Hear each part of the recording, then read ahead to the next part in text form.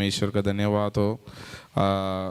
पिछले कुछ दिनों से हम परमेश्वर के तरफदारी के बारे में, परमेश्वर के महान अनुग्रह के बारे में हम सीखते आ रहे हैं, और भी आज इस सप्ताह भी हम थोड़ा और उसमें अध्ययन करेंगे।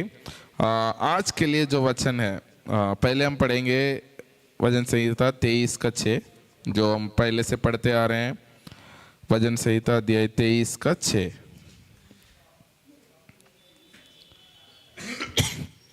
करुणा निश्चय करुणा और भलाई जीवन भर मेरी साथ साथ बनी रहेगी, और मैं यहोवा के धाम में सर्वदा वास करूंगा। हालेलुया। करुणा भलाई, निश्चय करुणा भलाई मेरे जीवन पर मेरे साथ साथ बने रहेगी, मैं यहोवा के भवन में सदा वास करूंगा। हालेलुया। हम बात करते आ रहे हैं परमेश्वर के तरफदारी के बारे में। परमेश्वर का करुणा और भलाई जो है हमारे जीवन भर, जब तक इस पृथ्वी पर हम रहेंगे, जब तक यहाँ रहेंगे, वहाँ क्या होगा? परमेश्वर का तरफदारी, परमेश्वर की महान करुणा हमारे जीवन पर बनी रहती है। हालेलुया। कुछ चीज़ों के बारे में मैंने पिछले हफ्ता में बात की थी कि हमें परमेश्वर के तरफदारी को कैसे ग्रहण कर सकते हैं, है ना? अच्छे रिश्तों के साथ, है ना? मैंने बोला था अच्छे रिश्ते बनाने के साथ। मैंने बोला परमेश्वर, यहाँ जितने भी लोग हम यहाँ हैं, ऐसा नहीं है कि अपने मर्जी से, परमेश्वर ने हम सबको क्या किया? एकत्रित किया। तो ये एक दूसरे से प्रेम में रहना। कई बार हम सोचते हैं हमारा पड़ोसी है, अरे ये तो ये मेरा पड़ोसी क्यों बन गई, है ना? ऐसे कहीं हमारे मन में सवाल आता है, लेकिन परमेश्वर ने उस पड़ोसी को परमेश्वर के इच्छा के अनुसार वहाँ रखा है, ताकि हम उनके लिए क्या बन सके? आशीष के कारण बन सके। पिछले हफ्ता हमने अध्ययन किया था कि जैसा शाऊल का जीवन में एक नौकर, और जो रास्ता में जाने वाला स्त्री उनको कहाँ तक पहुँचाई? परमेश्वर के दास तक पहुँचाई, और शाऊल क्या बना? राजा बना। एक गधा ढूंढने के लिए गया हुआ व्यक्ति क्या अभिषेक होकर वापस आता है? राजा का अभिषेक होकर वापस आता है। उसके लिए उसमें बहुत बड़ा कार्य कौन किया? उनके साथ गया हुआ नौकर था। शाऊल तो वापस जाने वाला था, लेकिन नौकर ने बोला नहीं, वहां एक परमेश्वर का दास है, उनके पास हमें जाना है। उनको लेके गया। वो रास्ते में जा रहे थे तो दो स्त्री, उनसे पूछा परमेश्वर के दास कहाँ हैं? उन स्त्रियों ने बोला परमेश्वर के दास वहां हैं। तो उनको वहां तक पहुंचने पाया, और वहां क्या हुआ? उसके जीवन में बहुत सारे आशीषें हुए। लेकिन इसलिए मैं बोलता हूं, परमेश्वर ने जो रिश्ते, जो लोग हमारे आसपास में दिए हैं, जो लोग हमें कलीसिया में परमेश्वर को दिया है, उनको आदर करना, उनको क्या करना चाहिए? उनके साथ एक अच्छा रिश्ता बना के रखना बहुत ज़रूरी है, क्योंकि वो रिश्ते के द्वारा ही परमेश्वर के तरफदारी को हम क्या करने पाएंगे? अनुभव करने पाएंगे ना। मैंने एक उदाहरण भी बोला था, कई बार हम सोचते हैं परमेश्वर सीधा आके हमें मदद करेगा, वो कई बार नहीं हो सकता। परमेश्वर लोगों के द्वारा हमें क्या करता है? मदद करता है। लोगों के द्वारा हमें अगुवाई करता है, लोगों के द्वारा हमें आशीषित करता है। इसलिए हमें क्या करना चाहिए? उन रिश्तों को बना के रखना बहुत जरूरी है। ठीक है। उसके बाद आज हम देखेंगे, एक और वचन से देखेंगे, परमेश्वर के तरफदारी जिनके जीवन में रहती है वो क्या करते हैं? उनको एक लंबे आयु, परमेश्वर क्या करता है? अपने लोगों को एक लंबे आयु देता है। ठीक है। आज एक वचन पढ़ेंगे, भजन संहिता अध्याय 128 का 5 और 6। भजन संहिता अध्याय 128 का 5 और 6। यहोवा तुझे सियोन से आशीष देवे, और तू जीवन भर यरूशलेम का कुशल देखता रहे। तू वरन अपने नाती पोतों को भी देखने पाए, इज़राइल को शांति मिले। हालेलुया। इस वचन से आज हम 3 बातें सीखेंगे। क्या सीखेंगे? 3 बातें सीखेंगे। यहोवा तुझे सियोन से आशीष देवे। परमेश्वर जो है अपने पर्वत, सियोन मतलब परमेश्वर का वास स्थान। सियोन मतलब क्या है? परमेश्वर का वासस्थान। पुराने नियम में यदि आप पढ़ते आ रहे हैं, अभी बाइबल पढ़ रहे हैं, आपको धीरे धीरे समझ में आएगा सियोन क्या है, बेथलेहेम क्या है। ठीक है, बेथलेहेम वो जो है जहां यरूशलेम, यरूशलेम क्या है, जहां परमेश्वर के मंदिर था।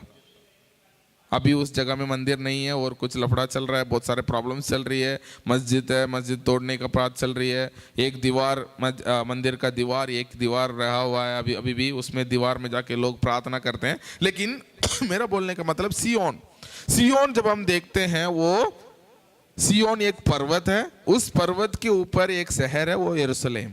ठीक है, वहां परमेश्वर का मंदिर रहता था। तो जब कभी हम अभी नया नियम में सियोन के बारे में बात करते हैं, हम उसे क्या मानेंगे, परमेश्वर का वासस्थान। परमेश्वर जहां रहते हैं वहां से हमें क्या करें, आशीषित करें। हालेलुया। तो परमेश्वर के उपस्थिति, आज हमने गीत गाया था, तेरी उपस्थिति मेरी चाहत है। तो परमेश्वर के उपस्थिति किसके साथ रहता है, उसका जीवन में परमेश्वर के तरफदारी क्या होता है, बने रहता है। हालेलुया। इसका मतलब वचन कहती है कि तुम नहीं जानते तुम परमेश्वर का मंदिर हो और परमेश्वर की आत्मा तुम में वास करता है। पहले कहाँ वास करता था, मंदिर में, यरूशलेम के मंदिर में परमेश्वर की आत्मा वास करता था। लोगों को वहां जाकर वो क्या करते थे, उनसे बात करते थे। वो बात नहीं कर सकते थे, लेकिन याजक लोग उससे बात कर सकते थे। लेकिन आज का समय में प्रभु यीशु मसीह इस दुनिया में आकर हमारे लिए मरा, गाड़ा गया, जी उठा, उसके बाद अब वापस जा रहे थे, उन्होंने बोला मैं तुम्हारे लिए एक सहायक भेजूंगा। उसके बाद प्रभु यीशु मसीह ने क्या है, पवित्र आत्मा को हमारे लिए भेजा। उसके बाद पवित्र आत्मा किस में वास करने लगे, हमारे शरीर में। ठीक है, पवित्र आत्मा हम में वास करने लगे। तो परमेश्वर के उपस्थिति, जहां परमेश्वर की उपस्थिति है, वहां परमेश्वर के तरफदारी को लोग क्या करने पाएंगे, अनुभव करने पाएंगे। आप लोग देखते होंगे कैसे परमेश्वर के लोग आशीषित होते हैं, कैसे परमेश्वर के लोग, दुनिया में कुछ भी चल रहा हो लेकिन परमेश्वर के लोगों के साथ परमेश्वर के अनुग्रह बने रहता है, क्योंकि परमेश्वर का उपस्थिति उनके साथ रहती है। आप देखिए यूसुफ के बारे में, पुराना नियम में भी जहां जहां यूसुफ था, परमेश्वर की आत्मा, परमेश्वर उनके साथ रहे थे, तो वो क्या हुआ, आशीषित हुआ। मैंने पहले हफ्ता में बात किया था कि यूसुफ का जीवन में तरफदारी कैसे आई, परमेश्वर उनके साथ थे। तो तरफदारी कैसे उनके जीवन में आती है, एक ही दिन में नहीं, वो धीरे धीरे परमेश्वर के तरफदारी को अनुभव करते रहेंगे। अचानक एक दिन उनको लगता है, अरे एक दिन में ये राजा कैसे बन गया। हाँ, 2 दिन पहले वो बंद गृह में था, अचानक अब वो क्या बन गया, राजा बन गया, क्योंकि परमेश्वर के तरफदारी उसके जीवन में था। पढ़िए भजन संहिता अध्याय 132 का 13 और 14। भजन संहिता अध्याय 132 का 13 और 14। हाँ, यहोवा ने सियोन को अपनाया, हाँ और उसे अपने निवास के लिए चाहा है। ये तो युग युग के लिए मेरा विश्राम स्थान है, यही मैं रहूंगा क्योंकि मैंने इसको चाहा है। हालेलुया। सियोन जो है वो यहोवा का वास स्थान हुआ करता था। तो अभी परमेश्वर ने क्या निर्णय किया, मैं अभी तुम्हारे मन में वास करूंगा, तुम में वास करूंगा। हम हर व्यक्ति परमेश्वर का मंदिर है, परमेश्वर की आत्मा हम में वास करता है। वहां परमेश्वर ने क्या किया, सियोन में वास करने का निर्णय लिया है।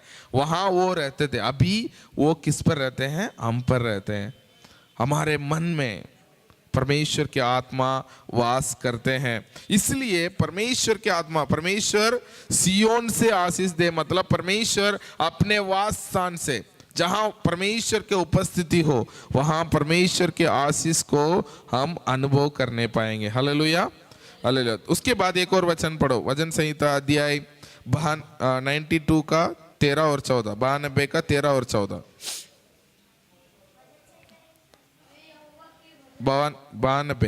92 वे यहोवा के भवन में रोपे जाकर हमारे परमेश्वर के आंगनों में फूले फलेंगे। वो पुराने होने पर भी फलते रहेंगे और रस भरे और ललताते रहेंगे। हालेलुया। कौन? जो यहोवा के भवन में वास करता है। जो यहोवा के भवन में वास करता है वो क्या करेगा? वो वहां रोपा जाएगा, फूलेगा, फलेगा। हालेलुया। को मतलब एक व्यक्ति यहोवा के भवन में, परमेश्वर के भवन में रोपे रहना जरूरी है। हाँ, कई बार हम क्या करते हैं, आपने एक उदाहरण देखा होगा। एक छोटे, अभी आजकल तो पता नहीं करवाते नहीं करवाते, छोटे मोटे स्कूल में जब हम पढ़ते थे तो क्या करते थे, हमें बीज देते थे। टीचर एक बीज देते थे, उसे हमें क्या करना चाहिए, घर में जाके रोपना है। उसके बाद वो उसका ग्रोथ को हमें क्या करना है, देखना है। कितना दिन में वो इतना छोटा सा पौधा पत्ता बाहर निकलता है, फिर थोड़ा बड़ा होता है ना, जब तक उसमें फल आता है, जब तक हमें क्या करना होता था, ऑब्जर्व करना होता है। फिर हम लिखते हैं सीड कब, कितना दिन में वो उग गया, 2 दिन।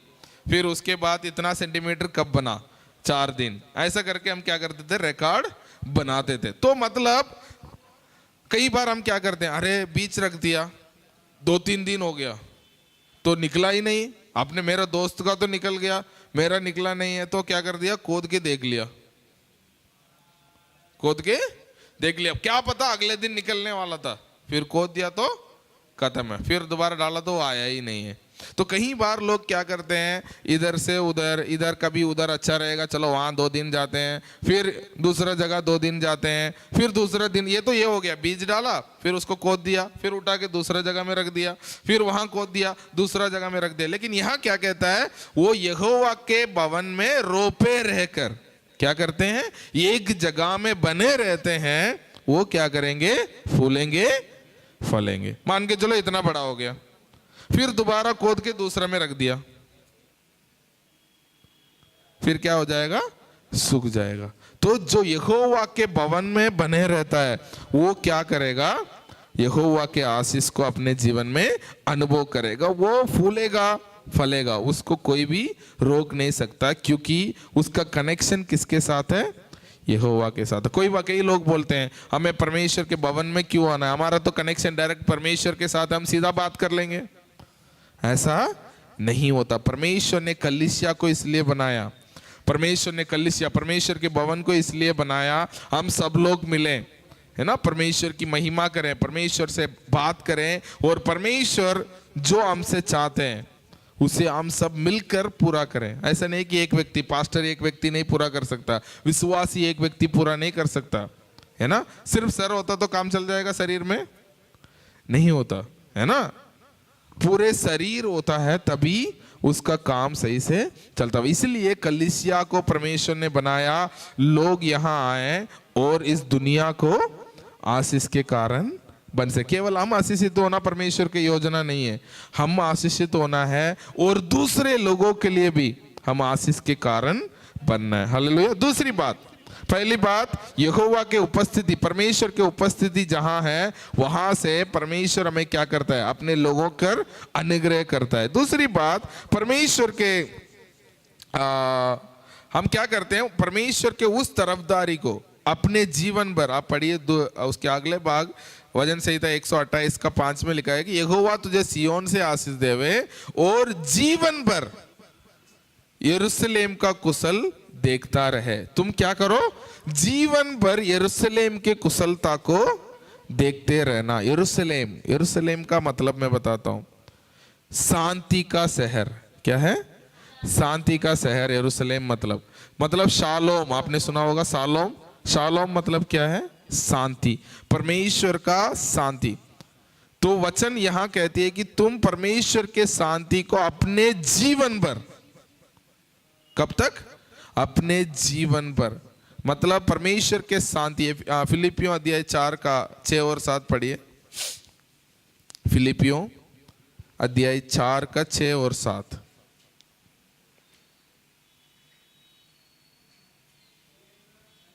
किसी भी बात की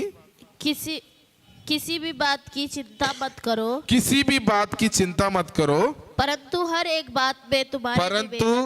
बात में तुम्हारे निवेदन प्रार्थना और विनती के साथ धन्यवाद के साथ परमेश्वर के धन्यवाद के साथ परमेश्वर के सम्मुख उपस्थित किए जाए। समूह में उपस्थित किया जाए, तब परमेश्वर की शांति तब परमेश्वर के शांति जो सारी समझ से परे है, जो सारी समझ से परे हैं, तुम्हारे हृदय और तुम्हारे तुम्हारे विचारों हृदय और को विचारों को तुम्हारे विचारों को मसीह यीशु में सुरक्षित रखेगी। हाँ मसीह यीशु में सुरक्षित रखे। तो परमेश्वर के शांति सारे समझ से परे हैं, सारे समझ से परे हैं। वो क्या करेगा? हमारे मन को, हमारे विचारों को सुरक्षित रखेगा। तो मतलब जो यहोवा के भवन में बने रहता है, जिसके ऊपर परमेश्वर के तरफदारी है, वो अपने जीवन पर परमेश्वर के शांति को अनुभव करेगा। मतलब आंधी तूफान उसके जीवन में, कोई मेरे से पूछा था, मैंने एक बुक पढ़ रहा था, उसमें लिखा था कि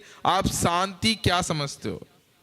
तो उन्होंने, बहुत सारे लोग आर्टिस्ट थे, तो वो आर्ट बना रहे थे। तो एक बच्चा ने बनाया, आंधी तूफान चल रहा है, सब पेड़ पौधे सब टूटा हुआ इधर उधर गिर रहा है, तो एक छोटा सा चिड़िया जो है, एक पत्थर है, उसमें छोटा सा एक छेद है, उसमें बिल्कुल उसके अंदर बैठा हुआ है। और पुराने आसपास में आंधी चल रही है, तूफान चल रही है, बारिश चल रही है, पेड़ वगैरह टूटा पड़ा है, लोगों का छत उड़ रहा है, वो सब उस पिक्चर में दिख रहा है। लेकिन शांति किस पर है? उस पक्षी को मिली है। वो बिल्कुल एक छोटा सा पत्थर में, एक छोटा सा छेद में आराम से बैठा हुआ, उसको कोई टेंशन नहीं है। दुनिया में आंधी तूफान चल रहा है, टूट रहा है, वो उड़ रहा है, ये उड़ रहा है, लेकिन वो पक्षी को क्या मिली? बिल्कुल शांति। उस छेद में बैठा आराम से, उसका कोई टेंशन नहीं है। वो है परमेश्वर का जीवन, जो शालोम कहता है ना, वो है, वो ये है। इस दुनिया में तो कुछ भी चल रहा होगा, इस दुनिया में तकलीफें, परेशानी सब चल रही होगी, लेकिन परमेश्वर के लोग इस सारे चीज के बीच में, ऐसा नहीं है कि अरे आंधी तूफान क्यों चल रही है, नहीं है, वो तो चलते रहेंगे, लेकिन उनके बीच में हमें क्या मिलती है? परमेश्वर के शांति मिलती है। हालेलुया। परमेश्वर के शांति मिलती है। वो ऐसा है, सब आंधी तूफान दिक्कतें चल रही है, लेकिन हमारा मन में क्या मिलता है? परमेश्वर का शांति मिलता है। इसे वायदा करते हैं, इसे परमेश्वर कहता है कि ये कब तक अनुभव करेंगे? यरूशलेम के शांति को अपने जीवन पर अनुभव करेंगे। हालेलुया। ये है दूसरी बात। पहली बात जो है, हमारे तरफदारी, परमेश्वर के तरफदारी, परमेश्वर के उपस्थिति के साथ मिला हुआ। जहां परमेश्वर की उपस्थिति है, वहां परमेश्वर के तरफदारी को हम अनुभव कर सकते हैं। दूसरी बात, हम परमेश्वर के तरफदारी को हमारे जीवन पर अनुभव करेंगे। कब तक? हमारे जीवन पर। जब तक हम इस दुनिया में रहेंगे, जब तक परमेश्वर के तरफदारी को हम अनुभव करेंगे। और क्या है? परमेश्वर के शांति। जैसे आंधी तूफान के बीच में वो चिड़िया को वो शांति मिली है, वैसे ही वो शांतिपूर्वक जीवन, उसमें ना कोई कमी, ना कोई दिक्कत। मतलब इस दुनिया के लोग किसके पीछे दौड़ रहे हैं, उसके पीछे हम नहीं दौड़ेंगे। परमेश्वर के शांति सारे चिंताओं के बीच में हमारे मन को क्या मिलेगी? तसल्ली देता है। उसे कहते हैं परमेश्वर के शांति। उसमें कोई अधूरा नहीं, उसमें कोई अधूरा नहीं, सब कुछ पूरा होते हुए, उसे कहते हैं परमेश्वर के शांति। तीसरी बात जो है, परमेश्वर के शांति हमें लंबे आयु देती है। यदि हम उसी 128 का 5 और 6 में पढ़ते हैं, वरन तू अपने नाती पोतों को भी देखने पाए। क्या करते हैं? जो परमेश्वर के तरफदारी जिसके ऊपर है, वो क्या करेगा? अपने नाते पोतियों को देखेगा, बच्चों को देखेगा। लंबे आयु, वचन कहती है कि मैं तुझे लंबे आयु से क्या करूंगा? तृप्त करूंगा। लोग आजकल लंबे आयु जीना ही नहीं चाहते हैं। कल परसों में एक दो बंदा, एक मैकेनिक से बात कर रहा था, वो जापान में काम करके हुए वापस आया, टोक्यो निजान कंपनी में। तो उनसे बात कर रहा था, वो कह रहे थे जापान में जो है 90-95 के उम्र के लोग टैक्सी चलाते हैं। जिसका 90-95 उम्र हो वो टैक्सी चलाता है। तो इनको पिकअप करने के लिए एक बंदा आया, वो करीब 90 साल का, 90-95 साल का था, बोल रहा था। तो उनसे पूछा था आपका उम्र क्या है? उन्होंने बोला मेरा 95 है। आपका यहाँ रिटायरमेंट नहीं होती है? नहीं, वो तो हम जब लेना चाहते हैं तब है। मतलब 90 साल के बाद भी बंदा वहां गाड़ी चला के काम करता है। यहाँ इंडिया में हम क्या करते हैं, अरे 60 हो गया ठीक है, अब 4-5 और साल जीना है, उसके बाद चले जाना है। हाँ, वो और बोल रहे थे 104 105 के लोग जो है इधर उधर एक्सरसाइज करते हुए मिलेंगे सुबह सुबह। मतलब ये ज्यादा दूर नहीं है, इंडिया से इतना दूर नहीं है जापान। वहां लोग क्या करते हैं, लंबे आयु जीते हैं। यहाँ हम क्या सोचते हैं, अरे हमें तो 60 में चले जाना है, मुश्किल से हम 70 जिएंगे ना तो हम चले जाएंगे। नहीं, परमेश्वर का वचन कहती है मैं तुझे लंबे आयु से तृप्त करूंगा। तो परमेश्वर के लोग हैं जो परमेश्वर का वचन पर विश्वास करते हैं, वो क्या करते हैं, लंबे आयु जी सकते हैं। जिसके ऊपर परमेश्वर के तरफदारी है, वो जब तक परमेश्वर ने जिस पृथ्वी में जिस काम के लिए हमें भेजा है, उस काम को पूरे करने से पहले इस दुनिया से नहीं जाएगा। दुष्ट कितना भी कोशिश करें, शैतान कितना भी कोशिश करें हमसे उस अनुग्रह को छीनने के लिए, लेकिन वो नहीं पाएगा। इसलिए वचन कहती है कि जो नाते पोतियों को देखेगा अपने लंबे आयु जिएगा। हालेलुया, ये परमेश्वर का तरफदारी है। पहले तो हमें जीने की इच्छा रखना चाहिए। परमेश्वर, जब तक आपने इस पृथ्वी में मुझे किस काम के लिए बुलाया है, उस काम को पूरा करने तक, उस समय को पूरा करने तक मैं यहाँ रहूंगा, मैं जीऊंगा, है ना। इस वचन पर हमें विश्वास करना चाहिए। एक वचन पढ़िए, उकाब क्या करते हैं, यशायाह के पुस्तक अध्याय 40 का 31, शायद यशायाह के पुस्तक अध्याय 40 का 31 क्या लिखा है?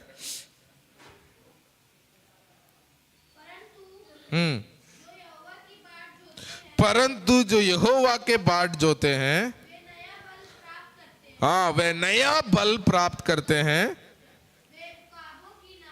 हाँ, वो उकाबों के समान उड़ेंगे। हाँ, वो दौड़ेंगे और श्रमित ना होंगे, और चलेंगे और थकित ना होंगे। जो यहोवा का बाट जोता है वो क्या करता है, नया बल प्राप्त करता है। उकाब क्या करती है पता है? ये स्टोरी आपको पता है? तब उकाब जानते हो क्या है? हाँ, बड़ा, जैसे कि चील देखते हैं उसका 4-5 गुना बड़ा। बाज नहीं है, पता नहीं, उकाब कहते हैं, अब ईगल कहते हैं इंग्लिश में। वो क्या कहती है, मतलब छोटा बकरी है और 2-3 साल का बच्चा है, उसको वो अपने पैर में उठा के ले जा सकती है, इतना बड़ा है। तो इसका पंख उड़ाएगा तो, पंख को खोलेगा तो इतना, ऐसे बोलते हैं, चील बोलते हैं। हिंदी में कोई डंग का शब्द नहीं है ईगल का। किसी से पूछेंगे तो झील बोलेंगे, किसी से पूछेंगे तो बाज बोलेंगे लेकिन बाइबल में इसका उकाब लिखा गया है, तो इसका मतलब यही है। आप इधर जैसे कूड़ा नरे पड़ा रहता वहां रहता है, उसको क्या कहते हैं? कोई कहता है काइट, कोई कहता है हाँ झील है, किसी से पूछा बाज है। हाँ, मतलब उनको एग्जैक्टली समझ में नहीं है तो, लेकिन आप उकाब याद रखो और ईगल याद रखो, सबसे बड़ा पक्षी है, उनका ही परिवार का है। जैसे कि बिल्ली का परिवार में क्या है, चीता भी है, पूमा भी है, उसके बाद क्या है, लेपर्ड भी है, पूमा नहीं है, लेपर्ड है, उसके बाद टाइगर भी है। वो सब इसी परिवार का, किस परिवार का? बिल्ली परिवार का। वैसे ही ईगल का परिवार में ये छोटे छोटे सब उड़ रहे हैं, ये सब आते हैं। चील है, हाँ, गरुड़ भी बोलते हैं, गरुड़ का किसी कोई बोलते हैं उसमें वो रहता है, कोई बोलते हैं नहीं रहता है, मतलब कंफ्यूज है। लेकिन मैंने देखा है एक जिंदा ईगल को, वो खड़ा होता तो इतना लंबा रहता है, चिड़ियाघर में मैंने देखा। ऐसा जैसे पक्षी खड़ी रहती है तो इतना बड़ा रहता है, और ऐसा उड़ाए, पंख उड़ाएगा तो इतना लंबा, इससे भी बड़ा हो सकता है। उड़ के तो मैंने नहीं देखा, ऐसे खड़े खड़े ऐसे कर रही थी, मैंने देखा भाई इतना बड़ा है। तो जो गाइड, मैं जू में जा रहे थे तो वो गाइड बता रहे थे कि ये मतलब उड़ाएगा, पंख उड़ेगी तो बहुत बड़ा होगा, और छोटे मोटे बकरियां, मुर्गी, वो सब ऐसे उठा के, जैसे कौवा जो छोटे बच्चे को उठा के ले जाते हैं, ये तो पूरा मुर्गी को उठा के लेके जा सकता है, बकरों को भी उठा के ले जा सकता है, इतना ताकत है। वो क्या कहते हैं यहाँ, वो उकाब जो है तब बुढ़ा हो जाता है, उसके बाद क्या करते हैं, वो अपने पंख को सारा निकाल के फेंक देता है, फिर दोबारा उसको नया पंख आता है। हाँ, सारा तोड़ के फिर दोबारा वो क्या करता है, अपने शरीर में पूरा नया बल प्राप्त करता है। परमेश्वर का वचन कहती है जो यहोवा के बाट जोते हैं वो भी क्या करते हैं, नया बल प्राप्त करते हैं। वो बुढ़े होने के बाद भी वो क्या करते हैं, परमेश्वर के लिए हाँ दौड़ने के लिए तैयार रहते हैं। वे दौड़ेंगे, श्रमित ना होंगे, और वो तकित क्या करेंगे, चलेंगे पर तकित ना होंगे। तो परमेश्वर पर जो भरोसा रखता है, परमेश्वर पर जो विश्वास रखता है, वो लंबे आयु तक परमेश्वर उनको तृप्त करता है। वो लंबे आयु जिएगा और परमेश्वर की महिमा करता रहेगा। हालेलुया।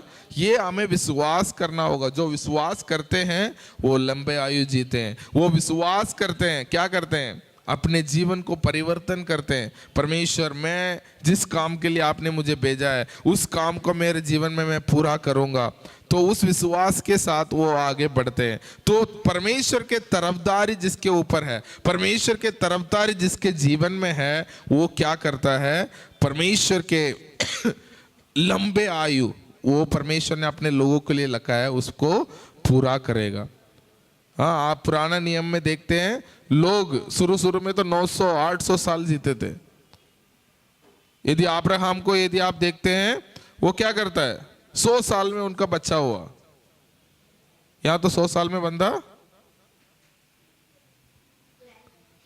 आधा से ज्यादा 100 पहुंच गया, मतलब उन्होंने बहुत बड़ा काम कर लिया।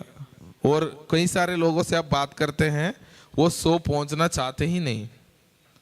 आप कई सारे बुढ़े लोग 60-65 के लोगों से जाके बात करो, या 70 से ज्यादा के लोग से बात करो, अभी आप क्या चाहते हो, अभी तो हम जाना चाहते हैं। एक वीडियो में है, एक मेरलिन टीचर करके इंस्टाग्राम में एक टीचर है, तो उनको बच्चे ने सबने छोड़ दिया, तो वो अनाथ आश्रम में रहती है। तो वो कहती है, आपसे किसी ने जाके उनसे पूछा आप क्या करना चाहते हैं, तो उन्होंने बोला अभी तो सब हो गया है, अभी मुझे घर जाना है। आप वही चीज़ जहाँ अमेरिका में जाओ, बंदे 104-105 उम्र का बुढ़ा है, उनसे पूछो आप क्या करना चाहते हैं, अरे हमें और क्या करना है, जीना है 10-15 साल, और क्या करना है, हमारे पोती का भी अभी बच्चा होने वाला है, उसको भी देखना है, फिर उसके बाद उनके साथ भी खेलना है, उसके बाद हाँ तब मुझे लगेगा जाना है, तो तब चला जाऊंगा। क्योंकि वो लंबे आयु जीना चाहते हैं, क्योंकि वो परमेश्वर के अनुग्रह को, है ना, बच्चे के बच्चे वो देखना चाहते हैं, है ना। तो ये सब परमेश्वर का अनुग्रह है। परमेश्वर के अनुग्रह को हमें देखने के लिए परमेश्वर क्या करते हैं, लंबे आयु से हमें तृप्त करते हैं। जो व्यक्ति परमेश्वर के उस तरफदारी में रहता है, वो लंबे आयु को अनुभव करता है। वो क्या करता है, जीवन भर परमेश्वर के शांति को अनुभव करता है। दुख तकलीफें दुनिया में चल रही होगी, आर्थिक तंगी चल रही होगी, बहुत सारे परेशानी चल रही होगी, लेकिन परमेश्वर के लोग क्या करेंगे, परमेश्वर के अनुग्रह को अनुभव करेंगे। दुनिया में चल रही होगी बहुत सारे बीमारियां, लेकिन हम परमेश्वर के लोग बीमारी रहित जीवन जी सकते हैं। हालेलुया। लोगों के सामने अभी चल रही होगी ना, क्या चलने वाला है, अभी मौसम चेंज हो रहा है, वो होगी, ये होगी, नहीं है, हम क्या कर सकते हैं, उससे जय पाकर हम जी सकते हैं। अब कई बार हम सोचते हैं अरे छोटे मोटे बीमारी, शैतान क्या करता है, छोटा सा सिंबल को क्या करता है, हमारे जीवन में भेजता है। अरे अच्छा छोटा सा इसको जुकाम दे के देखता हूँ, तो जुकाम आता है तो हम सोचते अरे जुकाम तो चलता है। फिर थोड़ा सा बुखार, हाँ, तो हम बोलते हैं अरे बुखार भी तो चलता है, साल में 1-2 बार तो बुखार आता है। फिर धीरे धीरे करके वो क्या करता है, हमें उस बीमारी के अधीन में लेके आने के लिए कोशिश करता है। हम छोटा सा जुकाम ही आया क्यों ना हो, तुरंत आपको क्या करना है, उसको डांटना है। मेरे शरीर में जुकाम को, बीमारी को आने का अधिकार नहीं है, क्योंकि प्रभु यीशु मसीह मेरे लिए कोड़े खाए, यीशु मसीह के कोड़े खाने के द्वारा मैं चंगा हुई हूँ। आपको क्या करना है, परमेश्वर का वचन को आपका जीवन में घोषणा करना है, ताकि हम क्या कर सकें, परमेश्वर के अनुग्रह को। दुनिया के लोग, मेरे को तो, मैं अपने जीवन को देखता तो बहुत सरप्राइज होता हूँ। कल परसों मेरे को थोड़ा सा जुकाम था, तो मेरे बच्चे आइसक्रीम खा रहे थे, मैंने बोला मेरे को भी लेके आओ। यही चीज 2 साल पहले सर्दी में गर्म पानी हमेशा पीते रहता था, और क्या करते थे, आइसक्रीम तो मैं ठंड में गर्मी में भी नहीं खाता। तो मेरे को मन किया, अरे यार जुकाम है, मैंने बोला जुकाम तो जुकाम है, लेकिन आइसक्रीम दूसरी बात है। तो मैंने क्या किया, जुकाम के साथ आइसक्रीम खाया। फिर अगले दिन मेरे को सुबह लगा था, अरे यार सुबह तो आज खत्म है, मतलब गले वाला खराब होगी, ऐसा सोच के मैं सोया था। लेकिन एक मन में था, नहीं नहीं ठीक ही उठूंगा। मैं सुबह उठा तो ठीक ही उठा था। 10 मिनट प्रेयर के लिए लेट हो गया था, सर जी का फोन आया तो मैंने देखा तो 5:10, अरे लेट हो गया। उठ के देखा तो गला तो ठीक ही था। तो कई बार हम क्या सोचते हैं, हम जो सोच के करते हैं, अरे ऐसा करेंगे तो वैसे हो जाएगा, नहीं है। हम परमेश्वर के अनुग्रह को, बीमारी रहित जीवन को इस पृथ्वी में रहते हुए अनुभव कर सकते हैं। इसे हमें विश्वास करना होगा। जो विश्वास करता है, जो यहोवा के बाट जोता है, वो ही नया बल प्राप्त करता है। जो परमेश्वर के वचन पर विश्वास करता है, वो नया बल प्राप्त करता है। वो काबों के समान वो उड़ेगा, तकेगा, दौड़ेगा, वो तकेगा नहीं। हालेलुया। तो 3 बातें आज याद रखना। परमेश्वर के तरफदारी उनके जीवन में जो होगा, जो परमेश्वर के साथ कनेक्शन में है, परमेश्वर की उपस्थिति को, परमेश्वर के आत्मा के अनुसार चलता है, वो परमेश्वर के तरफदारी को अनुभव करेगा। जैसा मान के चलो, परमेश्वर कहते हैं, अगुवाई करते हैं, अपने मन से कह रहे हैं बेटा तुम ये मत करो। जो व्यक्ति उसके अनुसार नहीं चलता है, तो परमेश्वर के तरफदारी को अनुभव नहीं कर सकता। जैसा मैंने बोला था, परमेश्वर ने उस व्यक्ति को बचाने के लिए किसको भेजा, जहाज को भेजा, तो उस व्यक्ति चला जाता तो बच जाता। हेलीकॉप्टर को भेजा, चला जाता तो बच जाता। जो जैसा जैसे जब कभी हमारे जीवन में ऐसे परेशानी आएंगे, पवित्र आत्मा में अगुवाई करता है, बेटा ये करो तुम बच जाओगे। तुम लगोगे नहीं नहीं ये तो परमेश्वर का वचन नहीं लग रहा है, मैं नहीं करूंगा। तो ऐसा करेंगे तो परमेश्वर की तरफदारी को अनुभव नहीं कर सकते। इसलिए परमेश्वर कहते हैं अपने दिमाग से नहीं, परमेश्वर की आत्मा के चलते हुए चलो। जब परमेश्वर के आत्मा के चलते हुए चलना चाहिए। दूसरी बात जो है, जो परमेश्वर के तरफदारी जिसके ऊपर है, वो परमेश्वर के आशीष को अपने जीवन पर जब तक रहेगा, जब तक वो क्या करेगा, अनुभव करेगा। हालेलुया। आप अपना जीवन को कैसे खत्म करना चाहते हैं, उसे आप याद रखिए। परमेश्वर, आप परमेश्वर से, एक परमेश्वर के दास कहते हैं, किसी का जीवन कैसा खत्म होना चाहिए। उन्होंने कहा कि मतलब कितना भी साल हो, 100-150 साल जितना जिए वो आपका मर्जी है, आप निर्णय करो। लेकिन मृत्यु ऐसा होना चाहिए, आपने जाके लेटा हो और अपने पूरे परिवार को बोल दिया हो मेरा सारा इस दुनिया में काम खत्म हो चुका है, अभी मैं कहाँ जा रहा हूँ, अपने पिता के पास जा रहा हूँ। आपने रात को सोया हो, सुबह आप उठे नहीं। इसे कहते हैं परमेश्वर की इच्छा के अनुसार स्वर्ग पहुंचना। एक्सीडेंट में मर जाना, बीमारी में मर जाना, ये तो शैतान क्या करने के लिए कोशिश कर रहा है, हमारे काम को यहाँ खत्म करके जल्दी वापस भेजने के लिए कोशिश कर रहा है। तो हमें क्या करना चाहिए, परमेश्वर की इच्छा के अनुसार। आप पुराना नियम में कितने भी लोगों को देखो, वो क्या करते हैं, अपना बुढ़ा होने के बाद उनको पता चल जाता है मेरे को जाने का समय आ गया, अपने सारे बच्चों को बुलाते हैं।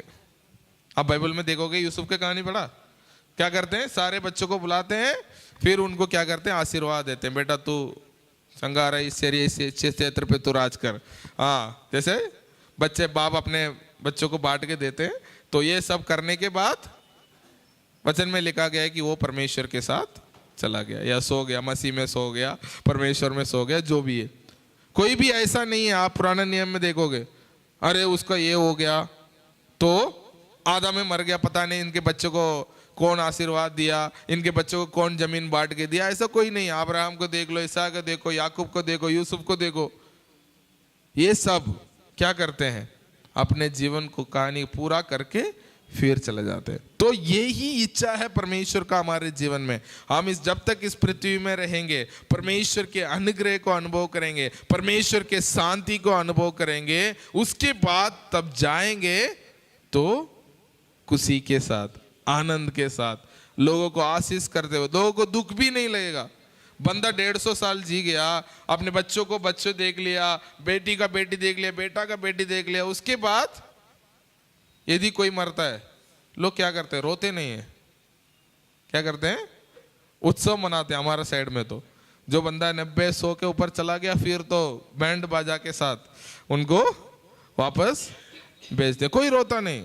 अरे दादा है, हमारे दादा तो सेंचुरी मार दिए, 90 मार दिया, 95 मार दिया, खुशी के साथ उनको भेजते हैं, क्योंकि उनको पता है हाँ, उनको इस पृथ्वी में जो पूरा करना है उसको उन्होंने पूरा कर लिया है। लेकिन जवान में 50 में 55 में चले जाते तो लोग रोते हैं, उनका काम पूरा नहीं हुआ, उनके परिवार का जो काम करना था वो सब पूरा नहीं हुआ, उससे पहले चले गए तो दुखित होते हैं। तो परमेश्वर के हम जो है परमेश्वर के लोग हैं, परमेश्वर क्या करते हैं? हमें लंबे आयु से तृप्त करने के लिए हमें बुलाया है। उसके बाद तीसरी बात हमने देखा था कि दूसरी बात जो हमने जीवन पर परमेश्वर के अनुग्रह को अनुभव करेंगे। तीसरी बात जो है, जो तरफदारी में रहता है वो परमेश्वर के अनुग्रह को अपने जीवन में अनुभव करता है। हालेलुया।